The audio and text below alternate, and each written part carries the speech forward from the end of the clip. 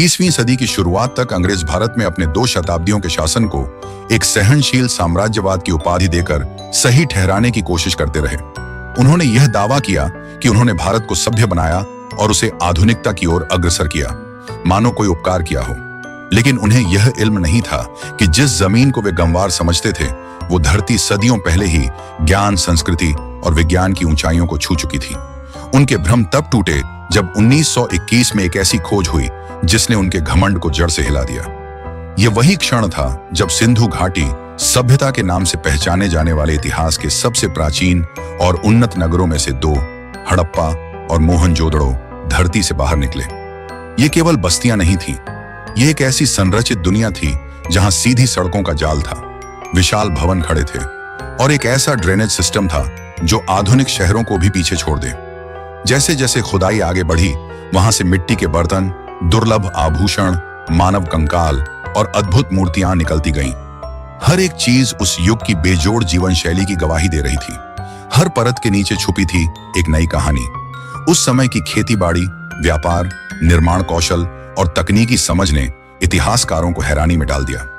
सबसे चौंकाने वाली बात यह थी कि उस सभ्यता का जल प्रबंधन और सीवेज सिस्टम इतने उन्नत थे कि आज भी दुनिया के कई बड़े शहर वैसी व्यवस्था नहीं बना सके हैं।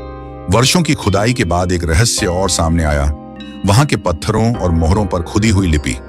लेकिन यह लिपि जो आज भी हमारी आंखों के सामने है, उसे कोई पढ़ नहीं पाया। जहां मेसोपोटामिया और मिस्र की सभ्यताओं की भाषाएं पढ़ी जा चुकी हैं, वहीं सिंधु लिपि अब भी एक रहस्य बनी हुई है, मानो वो खुद अपना सच छुपाकर बैठी हो और हमें चुनौती दे रही हो कि क्या हम उसे कभी समझ पाएंगे। क्या बात थी इस सभ्यता में जो पूरी दुनिया को चौंका देने के लिए काफी थी? आखिर कैसे सदियों से दबे मलबों के नीचे एक पूरा शहर अपने रहस्यों के साथ सोया हुआ था और कैसे उस नींद को अचानक तोड़ा गया? सबसे बड़ा सवाल, इतने वर्षों की खोज और तकनीक के बाद भी क्यों इस सभ्यता की भाषा आज तक हमारी समझ से परे बनी हुई है? और फिर ऐसा क्या हुआ था जो इस महान और उन्नत सभ्यता को ऐसे खत्म कर गया जैसे कभी उसका अस्तित्व ही न रहा हो? इसकी तह तक जाने के लिए हमें इतिहास की गहराइयों में उतरना होगा। लगभग 200 साल पहले, जब समय की रेत में यह राज अभी तक छिपा हुआ था। सन 129 की बात है, जब ईस्ट इंडिया कंपनी की नौकरी छोड़ चुके एक ब्रिटिश एक्सप्लोरर चार्ल्स मैसन महाराजा रणजीत सिंह से मिलने लाहौर की ओर जा रहे थे। जब वो पंजाब की सीमा में दाखिल हुए तो रास्ते में उनकी नजर एक ऐसी जगह पर पड़ी जहां बिखरे पड़े खंडहर किसी भूली बिसरी सभ्यता की गूंगी चीख बनकर खड़े थे। उन्हें उस वक्त ये अंदाजा भी नहीं था कि वे एक ऐसी खोई हुई दुनिया के दरवाजे पर खड़े हैं जिसकी कहानियां अब केवल पत्थरों में दर्ज थीं। लेकिन मैसन इतिहास को बस पढ़ते नहीं थे, वो उसे जीते थे। उन्होंने जो देखा उसे नजरअंदाज नहीं किया, बल्कि उसे डॉक्यूमेंट करना शुरू किया और बाद में यही विवरण उनकी किताब में अराइवल एट हड़प्पा शीर्षक के साथ सामने आया। इसके बाद 1831 में ब्रिटिश यात्री सर अलेक्जेंडर बर्न्स यहां पहुंचे और फिर 1953 में एक सैन्य अफसर और पुरातत्व प्रेमी सर अलेक्जेंडर कनिंघम ने जब पहली बार इन खंडहरों की ओर कदम बढ़ाया तो मानो सभ्यता की धड़कनें फिर से सुनाई देने लगीं। कनिंघम इस जगह से इतने मंत्रमुग्ध हो गए कि 1956 में एक बार फिर लौटे और इस बार उनके हाथ लगे कुछ ऐसे सिक्के जो इस खोई हुई संस्कृति के हजारों साल पुराने अस्तित्व की चुप गवाही बन चुके थे। अलेक्जेंडर कनिंघम के लिए यह जगह महज खंडहर नहीं, बल्कि एक रहस्यमयी गुत्थी थी जिसे वो हर हाल में सुलझाना चाहते थे। यही जुनून उन्हें 1861 में मेजर जनरल के पद से रिटायर होने के बाद एक ऐसे मिशन की ओर ले गया जो भारत के पुरातात्विक इतिहास को हमेशा के लिए बदलने वाला था। उन्होंने एक ऐसे संगठन की नींव रखने पर जोर दिया जो भारत की ऐतिहासिक विरासत की जांच और सुरक्षा के लिए समर्पित हो, और यहीं से जन्म हुआ आर्कियोलॉजिकल सर्वे ऑफ इंडिया यानी ASI का। कनिंघम न सिर्फ इसके संस्थापक बने, बल्कि पहले डायरेक्टर जनरल के तौर पर इसके नेतृत्व की जिम्मेदारी भी संभाली। 1862 और 1873 के बीच उन्होंने इस रहस्यमयी स्थल पर सीमित स्तर पर खुदाई करवाई। वहां से मिली चीजों को उन्होंने पहली बार एक आधिकारिक रिपोर्ट में दर्ज किया, एक रिपोर्ट जो उस खोई हुई सभ्यता की पहली झलक थी। रिपोर्ट में एक अनोखी सील का जिक्र किया गया जो गहरे काले रंग की थी और उस पर एक बिना कुबड़ वाला बैल उकेरा गया था। बैल की गर्दन के नीचे 2 सितारे बने हुए थे और उसके ऊपर एक अज्ञात लिपि में 6 रहस्यमयी अक्षर दर्ज थे। उस सील ने पहली बार इस बात का संकेत दिया कि यह कोई आम बस्ती नहीं थी, बल्कि एक पूर्ण विकसित, प्रतीकात्मक और संगठित सभ्यता थी जो अपने रहस्यों को आज भी अपने अंदर छुपाए बैठी थी। इसके बाद आया एक ऐसा मोड़ जिसने हड़प्पा की खोज को एक नई दिशा दे दी। साल 1902 में एएसआई का डायरेक्टर बनते ही सर जॉन मार्शल ने इस जगह को गहराई से जानने का निर्णय लिया। उन्होंने खुदाई के इस कार्य को और गंभीरता से लेने का फैसला किया और इसके लिए एक अनुभवी भारतीय पुरातत्वविद दयाराम साहनी को चुना। 1920 में साहनी की निगरानी में खुदाई शुरू हुई और एक साल के भीतर ही रावी नदी के किनारे मौजूद पंजाब के मॉन्टगोमेरी जिले से ऐसे अवशेष सामने आने लगे जिन्होंने इतिहासकारों को चौंका दिया। इस बार विज्ञान ने भी साथ दिया, क्योंकि अब कार्बन डेटिंग तकनीक मौजूद थी जिससे इन अवशेषों की आयु का विश्लेषण किया गया और नतीजा हैरान कर देने वाला था। ये अवशेष हजारों वर्षों पुराने थे। इसी खुदाई के दौरान पहली बार यह स्पष्ट हुआ कि ये कोई साधारण स्थल नहीं बल्कि एक पूर्ण विकसित प्राचीन शहर है। दुनिया भर की निगाहें अब भारत की इस रहस्यमयी खोज पर टिक गईं। चूंकि स्थानीय लोग इस जगह को हड़प्पा के नाम से जानते थे, इसलिए इसी नाम को इतिहास में दर्ज कर दिया गया। जैसे जैसे खुदाई आगे बढ़ी, पुरातत्वविदों को यह आभास होने लगा कि यह सभ्यता केवल एक जगह तक सीमित नहीं है, बल्कि इसकी जड़ें बहुत दूर तक फैली हो सकती हैं। इस विचार को साबित करने के लिए अब खुदाई के काम में अन्य विशेषज्ञों को भी जोड़ा गया, जिनमें डी.आर. भंडारकर, राखलदास बनर्जी और एम.एस. वत्स प्रमुख थे। फिर 1922 में एक और सनसनीखेज मोड़ आया, जब राखलदास बनर्जी को हड़प्पा से लगभग 590 किलोमीटर उत्तर की ओर सिंधु नदी के आसपास ऐसे अवशेष मिले जो हड़प्पा से मेल खाते थे। यहाँ खुदाई के दौरान एक ही स्थान पर परत दर परत कई मानव कंकाल मिले, एक के ऊपर एक। ये नजारा मानो इतिहास की किसी त्रासदी की मूक गवाही दे रहा था। इसी कारण इस स्थान का नाम दिया गया मोहनजोदड़ो, यानी मृतकों का टीला। इससे पहले कि यह रहस्य और गहरा हो, 1924 में जॉन मार्शल ने आधिकारिक तौर पर लंदन की एक प्रतिष्ठित पत्रिका के माध्यम से दुनिया को बताया, ब्रिटिश इंडिया की धरती पर एक बेहद पुरानी सभ्यता के अवशेष मिल चुके हैं। हड़प्पा और मोहनजोदड़ो के अलावा कई अन्य प्राचीन गांव और नगर भी सिंधु नदी के किनारों पर उजागर हुए, जिनसे यह तय हुआ कि यह केवल एक स्थान की खोज नहीं थी, यह एक संपूर्ण सभ्यता की नींव थी। इसीलिए इसका नाम पड़ा इंडस वैली सिविलाइजेशन या सिंधु घाटी सभ्यता।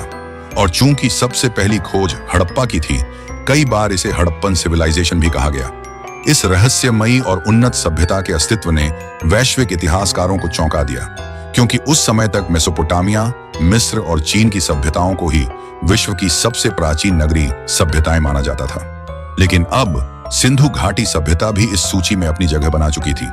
कई शोधकर्ता इसे आज से 5000 वर्ष पुराना मानते हैं, लेकिन कुछ प्रमाण ऐसे भी सामने आए हैं जो इस सभ्यता की उम्र को 8000 साल तक पीछे ले जाते हैं।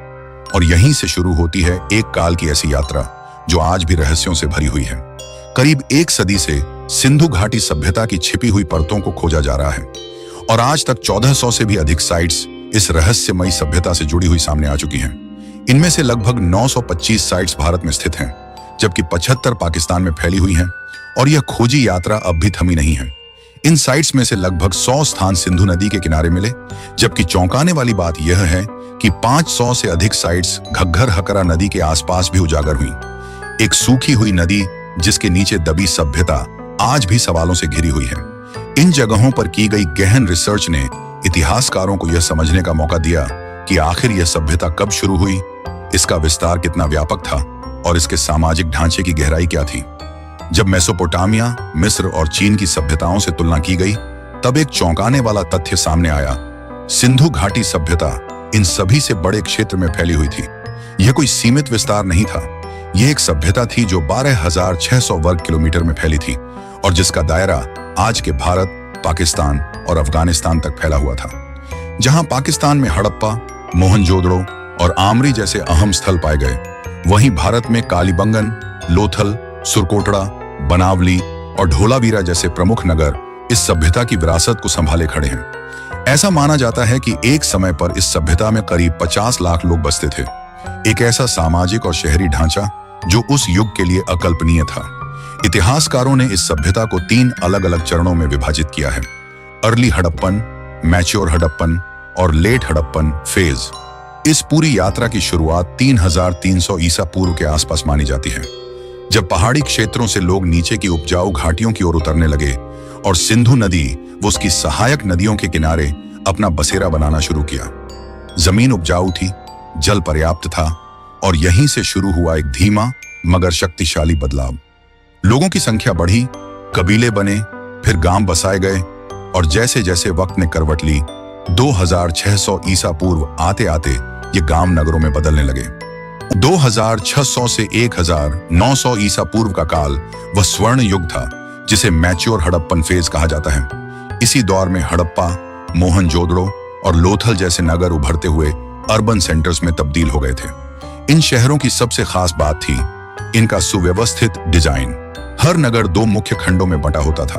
पहला लोअर माउंड, जहां आम लोग रहते थे और उनका रोजमर्रा का जीवन चलता था। दूसरा अपर माउंड, एक ऊंचा भाग जहां महत्वपूर्ण इमारतें थीं। यहीं पर बाजार, कार्यशालाएं और सार्वजनिक सभा स्थल मौजूद थे। मानो एक समय के सुपर सिटी प्लानर उस युग को सदियों पीछे छोड़ गए हों। इन प्राचीन नगरों में विशाल गोदाम भी शामिल थे, जहां उपजाया गया अन्न बड़े पैमाने पर संग्रहित किया जाता था। हालांकि कुछ इतिहासकारों की राय थी कि ऊंचे हिस्से यानी अपर माउंड को आम जनसमूह की सभा के लिए नहीं, बल्कि विशेष और संभ्रांत वर्ग के निवास हेतु डिजाइन किया गया था। अपर माउंड और लोअर माउंड दोनों के चारों ओर मजबूत परिधि दीवारें खड़ी थीं, जिनका उद्देश्य केवल सुरक्षा था, न सिर्फ जंगली जानवरों से बल्कि नदी की बाढ़ जैसी प्राकृतिक आपदाओं से भी।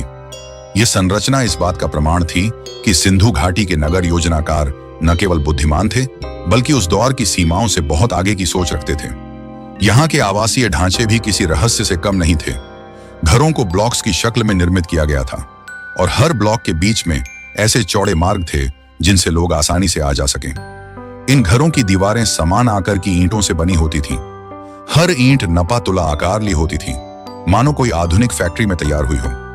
हर घर में एक कोने में एक संलग्न बाथरूम होता था, जिससे जुड़ी एक नाली नगर के भूमिगत जल निकासी नेटवर्क से मिलती थी। यह नेटवर्क पूरे शहर में फैला हुआ था और गंदे पानी को व्यवस्थित ढंग से बाहर निकालने के लिए बनाया गया था। सच तो यह है कि इस ड्रेनेज सिस्टम की जितनी तारीफ की जाए कम है, क्योंकि आज भी दुनिया के कई आधुनिक शहर ऐसी सुव्यवस्थित व्यवस्था नहीं बना सके हैं। सिर्फ गंदे पानी की निकासी ही नहीं, बल्कि स्वच्छ जल की आपूर्ति और उसका प्रबंधन भी उस काल में एक सटीक सिस्टम के तहत होता था। हर कुछ दूरी पर कुएं बनाए गए थे, जिनका इस्तेमाल पीने के पानी और खाना पकाने के लिए किया जाता था।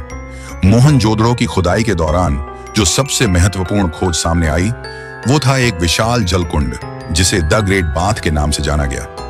897 वर्ग फुट क्षेत्र में फैला यह जलकुंड 8 फीट गहरा था और बड़ी बड़ी ईंटों से तरतीब से बनाया गया था। ऐसा माना जाता है कि इस स्थान का उपयोग सामाजिक और धार्मिक अनुष्ठानों के लिए होता था।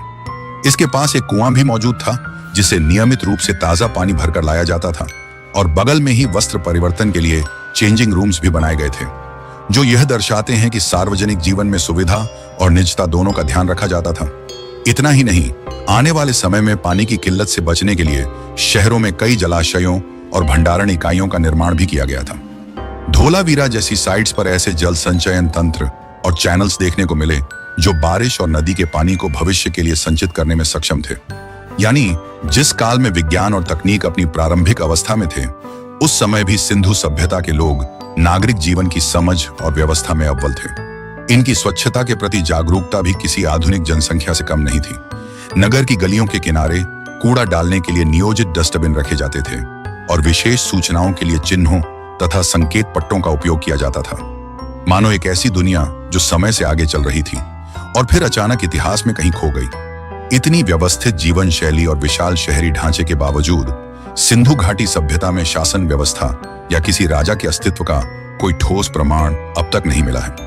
पुरातात्विक अध्ययनों से संकेत मिलता है कि यहाँ के लोग सामूहिक रूप से एक समान प्रणाली के तहत रहते थे, बिना किसी सैन्य बल या युद्ध की तैयारी के। न तो कोई आर्मी, न ही युद्ध से जुड़े हथियार और न ही कहीं युद्ध के मैदान जैसी संरचनाएं। यह सब इस ओर इशारा करता है कि ये लोग शायद हिंसा की जगह सहयोग और सामूहिक संतुलन में विश्वास रखते थे। इनके धार्मिक जीवन को लेकर भी इतिहासकारों को कोई मंदिर जैसी पारंपरिक संरचना नहीं मिली है, लेकिन खुदाई में मिली मोहरें एक अलग ही कहानी बयां करती हैं। इन सील्स में सबसे रहस्यमयी है पशुपति सील।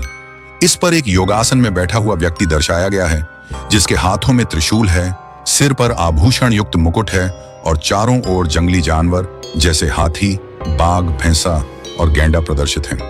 मुहर पर 7 लिपियों का एक शिलालेख भी दर्ज है, जो अब तक एक अनसुलझी पहेली बना हुआ है। कई विशेषज्ञ इसे भगवान शिव का प्रारंभिक रूप मानते हैं, एक योगी या पशुपति के रूप में। वहीं कुछ अन्य सील्स पर पीपल के वृक्ष, एक सींग वाले यूनिकॉर्न और सांप जैसे प्रतीकों को देखकर ऐसा अनुमान लगाया गया कि इस सभ्यता में लोग शायद मूर्ति पूजा के बजाय प्रकृति की उपासना में विश्वास रखते थे। इन संकेतों से यह भी प्रतीत होता है कि पेड़, नाक और ब्रह्मांडीय ऊर्जा की पूजा, यानी एक गूढ़ और व्यापक यूनिवर्स वर्शिप का चलन उस काल में विद्यमान था। टेक्नोलॉजी और आर्किटेक्चर में पारंगत ये लोग कला के क्षेत्र में भी पीछे नहीं थे। मोहनजोदड़ो में मिली कांस्य की नर्तकी की मूर्ति इसका सबसे खूबसूरत उदाहरण है। एक युवा स्त्री जिसकी काया नृत्य की मुद्रा में उकेरी गई है और जो उस युग की सांस्कृतिक जीवंतता की दास्तान कहती है। यह प्रमाण है कि यहाँ नृत्य और संगीत केवल मनोरंजन के साधन नहीं थे, बल्कि एक समृद्ध सांस्कृतिक परंपरा के हिस्से थे। सिंधु सभ्यता के लोग मिट्टी, पत्थर और धातुओं से बर्तन, खिलौने और आभूषण तैयार करते थे। यहाँ पत्थर के औजारों का उपयोग आम था, लेकिन लोग सोना, चांदी, तांबा, सीसा और कांस्य जैसी धातुओं के उपयोग की भी गहरी समझ रखते थे। इन धातुओं और कीमती पत्थरों से वे न सिर्फ सुंदर आभूषण बनाते थे, बल्कि यह उनकी सामाजिक स्थिति और सांस्कृतिक शैली का भी हिस्सा बन चुके थे। रोजमर्रा के जीवन की बात करें तो यह सभ्यता मुख्य रूप से कृषि और व्यापार पर आधारित थी।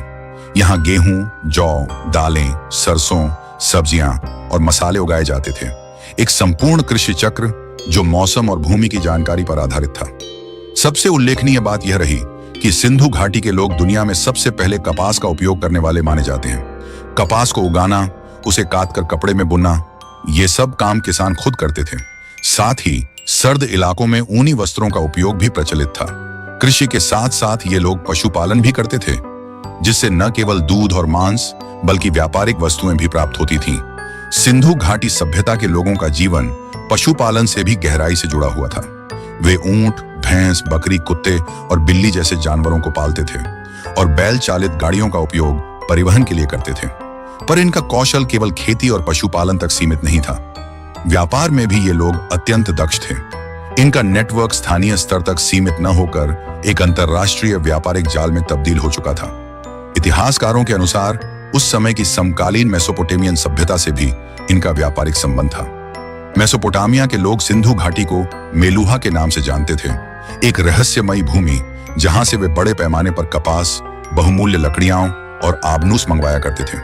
यहाँ से सेमी प्रेशियस स्टोन्स जैसे लैपिस लाजुली और सुगंधित तेल जैसे विलासितापूर्ण उत्पाद भी निर्यात किए जाते थे।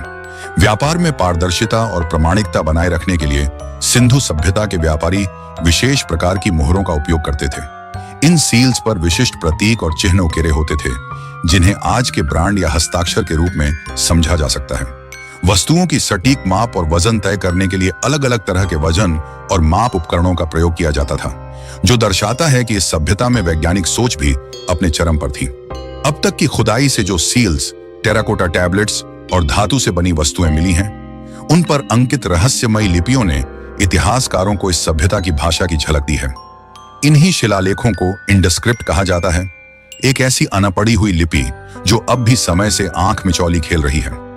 100 वर्षों की खोज और तकनीकी प्रयासों के बाद भी यह लिपि वैज्ञानिकों और भाषाविदों के लिए एक अबूझ पहेली बनी हुई है। यहाँ तक कि मेसोपोटामिया, मिस्र और चीन जैसी सभी प्राचीन सभ्यताओं की भाषाओं को आज पढ़ा और समझा जा चुका है। मिस्र की भाषा को डिकोड करने में सफलता मिली थी, क्योंकि एक ऐतिहासिक खोज ने वहां की चुप्पी तोड़ी थी। यह था रोसेटा स्टोन। करीब 200 साल पहले मिले इस विशाल पत्थर पर ऊपर मिस्री हायरोग्लिफ्स में कोई लेख था, जिसे उस समय कोई नहीं पढ़ सकता था। लेकिन सौभाग्यवश उसी पत्थर पर नीचे वही पाठ प्राचीन ग्रीक भाषा में लिखा गया था, और चूंकि ग्रीक को लोग समझते थे, यह स्टोन उस दौर का गूगल ट्रांसलेट बन गया। यही वह बिंदु था जहां से मिस्र की सभ्यता का रहस्य खुलने लगा। लेकिन इंडस स्क्रिप्ट के मामले में ऐसी कोई द्विभाषीय कुंजी अब तक नहीं मिल सकी है। न कोई स्टोन, न कोई टेबल जिससे उस लिपि को किसी झात भाषा से जोड़ा जा सके। और शायद यही वजह है कि आज भी सिंधु घाटी की भाषा अपनी सबसे गहरी परतों में छुपी एक अबूझ रहस्य बनकर बैठी है। भले ही आज तक इंडस स्क्रिप्ट को पूरी तरह पढ़ा नहीं जा सका है, लेकिन इसे समझने के लिए 100 से भी ज्यादा बार गहन प्रयास किए जा चुके हैं। इन तमाम कोशिशों से कुछ अहम सुराग सामने जरूर आए हैं, जिनसे इस लिपि की बनावट और उसके ढंग को लेकर कुछ बातें आज तय मानी जाती हैं। सबसे पहली और चौंकाने वाली बात यह है कि यह लिपि बाएं से दाएं नहीं बल्कि दाएं से बाएं लिखी जाती थी। इसका संकेत खुद उन सील्स से मिला जिन पर बने साइन जैसे जैसे बाईं ओर खत्म होते हैं वैसे वैसे अक्षर छोटे और एक दूसरे से सटे हुए नजर आते हैं। ठीक वैसे ही जैसे हम किसी पेज के किनारे जगह कम पड़ने पर शब्दों को सिकोड़ देच कर लिखते हैं। दूसरा बड़ा पैटर्न ये रहा कि इन सील्स पर जब भी कोई इंडस्क्रिप्ट अंकित होती थी तो उसके नीचे अक्सर किसी बड़े जानवर की आकृति उकेरी जाती थी। इन सील्स पर हमें गैंडा, हाथी, बाघ और बैल जैसे जीवों की छवियां दिखाई देती हैं। लेकिन सबसे हैरानी की बात यह है कि इन चित्रों और लेखन को देखने पर लगता है मानो ये किसी विशाल पत्थर पर अंकित हों, जबकि असल में ये सील्स महज 2.5 से 5 वर्ग सेंटीमीटर जितनी छोटी होती थी। इतने छोटे आकार में न केवल विस्तृत चित्र बल्कि लिपि भी उकेरी जाती थी। यह उस युग की सूक्ष्मता और तकनीकी दक्षता का अद्भुत प्रमाण है। इंडस स्क्रिप्ट की गहराई को समझने के प्रयास में इतिहासकारों ने अब तक जितने भी चिन्ह और संकेत मिले उनका गहन विश्लेषण किया है। इनमें पाया गया कि लगभग 400 अलग अलग प्रकार के साइन और सिंबल्स इस लिपि का हिस्सा हैं। कुछ चिन्ह स्पष्ट रूप से मोटे आकृतियों जैसे लगते हैं, जबकि अन्य सिंबल्स मछलियों, कछुओं, केकड़ों, कीड़ों और पक्षियों की आकृति से मिलते जुलते हैं। इतनी बड़ी संख्या और विविधता को देखते हुए इतिहासकार इस नतीजे पर पहुंचे कि यह एक लोगोसिलेबिक स्क्रिप्ट रही होगी। लोगोसिलेबिक स्क्रिप्ट का मतलब होता है ऐसी लिपि जिसमें हर चिन्ह किसी शब्द या ध्वनि का प्रतिनिधित्व करता है। यदि तुलना करनी हो तो इंग्लिश एक अल्फाबेटिक भाषा है जिसमें 26 अक्षर होते हैं और उनमें से कोई भी अक्षर अपने आप में कोई मतलब नहीं रखता। वह तब तक व्यर्थ होता है जब तक कि वह किसी शब्द का हिस्सा न बन जाए। इसके ठीक विपरीत चीनी भाषा में कोई अक्षर नहीं होते। वहां हर चिन्ह का एक स्वतंत्र और स्पष्ट अर्थ होता है। कुछ ऐसा ही पैटर्न सिंधु सभ्यता की लिपि में भी नजर आता है, जहां हर प्रतीक शायद किसी विचार, ध्वनि या वस्तु का प्रतिनिधि रहा होगा। और यही वह कारण है कि आज भी यह लिपि हमारे लिए एक खामोश किताब बनी हुई है, जिसके हर पन्ने पर चित्र तो हैं, पर उन चित्रों की आवाज अब भी किसी चाबी का इंतजार कर रही है। सिंधु घाटी की मोहरों पर अंकित लिपियों की जांच के दौरान यह देखा गया कि अधिकांश इंस्क्रिप्शन केवल 5 चिन्हों तक सीमित थे। हालांकि कुछ सील्स पर ऐसे लंबे पैटर्न भी देखने को मिले जिनमें 26 अलग अलग प्रतीकों की श्रृंखला थी, मानो ये किसी संक्षिप्त कथा की तरह हो। इस सभ्यता के व्यापारिक संबंध दूर देशों तक फैले थे और इसी वजह से इंडस्क्रिप्ट वाली कुछ सील्स फारस और मेसोपोटामिया की खुदाई में भी पाई गई। शुरुआती दौर में जब इन सील्स के चिन्ह मेसोपोटामिया में मिले तो कई विशेषज्ञों ने यह मान लिया कि इंडस की लिपि शायद मेसोपोटामियन स्क्रिप्ट से ही विकसित हुई होगी। लेकिन जैसे जैसे रिसर्च आगे बढ़ी, यह धारणा निराधार साबित हुई और इन दावों को सिरे से खारिज कर दिया गया। दरअसल इंडस स्क्रिप्ट की उलझन इस कदर गहरी है कि अब तक इतिहासकार किसी एक थ्योरी पर एकमत नहीं हो पाए हैं। हर कोई अपने अपने मत और अनुमान लेकर खड़ा है। किसी की नजर में यह लिपि संस्कृत से जुड़ी हुई हो सकती है, तो कोई इसे द्रविड़ भाषाओं की शाखा मानता है। वहीं इतिहासकार स्टीव फार्मर का मत एकदम अलग है। उनके अनुसार ये सील्स वास्तव में कोई भाषा को प्रकट नहीं करती। उनका दावा है कि यदि यह सचमुच भाषा होती तो मेसोपोटामिया और मिस्र की तरह इसमें भी लंबे लेख या वाक्य होते। उनके मुताबिक ये प्रतीक केवल चीजों, व्यक्तियों या व्यापारिक वस्तुओं को चिन्हित करने के लिए रहे होंगे। लेकिन अंतिम सत्य क्या है, यह अब भी समय की चुप्पी में गुम है। सिंधु घाटी सभ्यता की खोज को 1 सदी से भी ज्यादा हो चुका है, लेकिन उस लिपि के अर्थ अब भी रहस्य में लिपटे हुए हैं। यह रहस्य ही है जो आज भी दुनिया भर के शोधकर्ताओं और भाषाविदों को खींच लाता है। हर कोई इस पहेली को सुलझाने की कोशिश में लगा है। इस रहस्य की गंभीरता का अंदाजा इसी बात से लगाया जा सकता है कि हाल ही में तमिलनाडु के मुख्यमंत्री M.K. स्टालिन ने एक ऐलान किया, जो कोई इस स्क्रिप्ट को डिकोड कर देगा उसे सरकार की ओर से 10 लाख रुपए का इनाम दिया जाएगा। पर सस्पेंस केवल भाषा तक सीमित नहीं है। सबसे बड़ा सवाल अब भी बना हुआ है, जब यह सभ्यता इतनी विकसित, शांतिपूर्ण, समृद्ध और संगठित थी, तो फिर अचानक ऐसा क्या हुआ जिसने इसके अस्तित्व को ही डुबो दिया? पुरातात्विक आंकड़ों के अनुसार 1900 ईसा पूर्व से लेकर 130 ईसा पूर्व के बीच कुछ ऐसा घटा जिसने इस महान सभ्यता को धीरे धीरे पतन की ओर धकेल दिया। इतिहासकार इस दौर को लेट हड़प्पन फेज के नाम से जानते हैं। एक ऐसा समय जब इमारतें गिरने लगीं, बाजार वीरान हो गए और सिंधु की नदियों के किनारे कभी जो सभ्यता गूंजती थी, वहां केवल सन्नाटा रह गया। ऐसा नहीं था कि सिंधु घाटी सभ्यता पहली बार तबाह हो रही थी। इतिहास के पन्नों में बार बार इसका निर्माण और पुनर्निर्माण दर्ज रहा है। मोहनजोदड़ो को ही कम से कम 9 बार नए सिरे से बसाया गया था, हर बार एक जैसी सटीक ग्रिड प्लानिंग के साथ, जैसे समय से जूझती हुई एक जिद हो। लेकिन जैसे जैसे सदियां बीतती गईं, वह जिद भी थकने लगी। शहरों की योजनाएं बिगड़ने लगीं, रास्ते गंदगी से भरने लगे, जल निकासी व्यवस्था ध्वस्त होने लगी और द ग्रेट बाथ जैसा प्रतीकात्मक स्थल भी कीचड़ से भर गया। मेसोपोटामिया के साथ व्यापारिक संपर्क टूट चुके थे और धीरे धीरे शहरों की रौनक सन्नाटे में बदलने लगी। 1700 ईसा पूर्व तक अधिकांश नगर वीरान हो चुके थे। वो लोग जो कभी एक जैसी लिपि, समान मापदंड और संतुलित वास्तुशिल्प पर भरोसा करते थे, अब बिना किसी पैटर्न के बिखरते जा रहे थे। यह गिरावट 1300 ईसा पूर्व तक चलती रही, जिसे इतिहास अब लेट हड़प्पन फेज के नाम से जानता है। इसके बाद जैसे किसी ने उस गौरवशाली सभ्यता पर पर्दा डाल दिया हो, एक ऐसा पर्दा जिसे अब तक कोई पूरी तरह हटा नहीं सका। जैसे इस सभ्यता की लिपि अब तक रहस्य बनी हुई है, वैसे ही इसके पतन की कहानी भी सवालों से भरी पड़ी है। किसी का कहना है यह पर्यावरण का रोष था। मानसून की अनियमितता ने नदियों को सूखा दिया, खेती रुकी, व्यापार टूटा और अर्थव्यवस्था जैसे एक झटके में सांस रोककर खड़ी हो गई। सूखे खेतों और खाली बाजारों के बीच लोग भुखमरी से जूझे होंगे, कुछ मरे होंगे तो कुछ गंगा के मैदानों की ओर कूच कर गए होंगे। कुछ शोध मानते हैं इस भूमि पर भूकंप या बाढ़ जैसी आपदाएं आई होंगी, जिन्होंने इन नगरों को हमेशा के लिए जमीन में गाड़ दिया होगा। तो किसी ने महामारी की संभावना जताई, एक ऐसी अदृश्य ताकत जो किसी भी रणनीति से परे थी। एक और थ्योरी आर्य आक्रमण की तरफ इशारा करती है। पश्चिमी पहाड़ियों से आए घुड़सवारों ने इस शांति प्रिय समाज पर धावा बोला और संभव है कि लड़ाई से अनजान इन लोगों ने बिना प्रतिरोध के सब कुछ खो दिया हो। इन सभी संभावनाओं के बावजूद ये सब केवल कयास हैं। कोई अंतिम सच आज तक सामने नहीं आया। सिंधु घाटी सभ्यता की खोज को अब एक सदी से भी ज्यादा बीत चुका है और फिर भी हम उसके बहुत से पहलुओं से अब तक अनजान हैं। सोचिए, जब इस अद्भुत सभ्यता के केवल कुछ टुकड़े दुनिया को दंग कर सकते हैं, तो वह दिन कैसा होगा जब इसकी लिपि पूरी तरह पढ़ ली जाएगी, जब हर चिन्ह की भाषा सामने आ जाएगी और हर मुहर का राज खुल जाएगा। उस क्षण शायद इतिहास फिर से करवट लेगा। शायद तब समय के गर्भ में दबी हुई यह महान सभ्यता एक बार फिर अपना नाम पुकारेगी और तब हम केवल दर्शक नहीं होंगे, बल्कि साक्षी होंगे एक खोई हुई दुनिया के दोबारा बोल उठने के।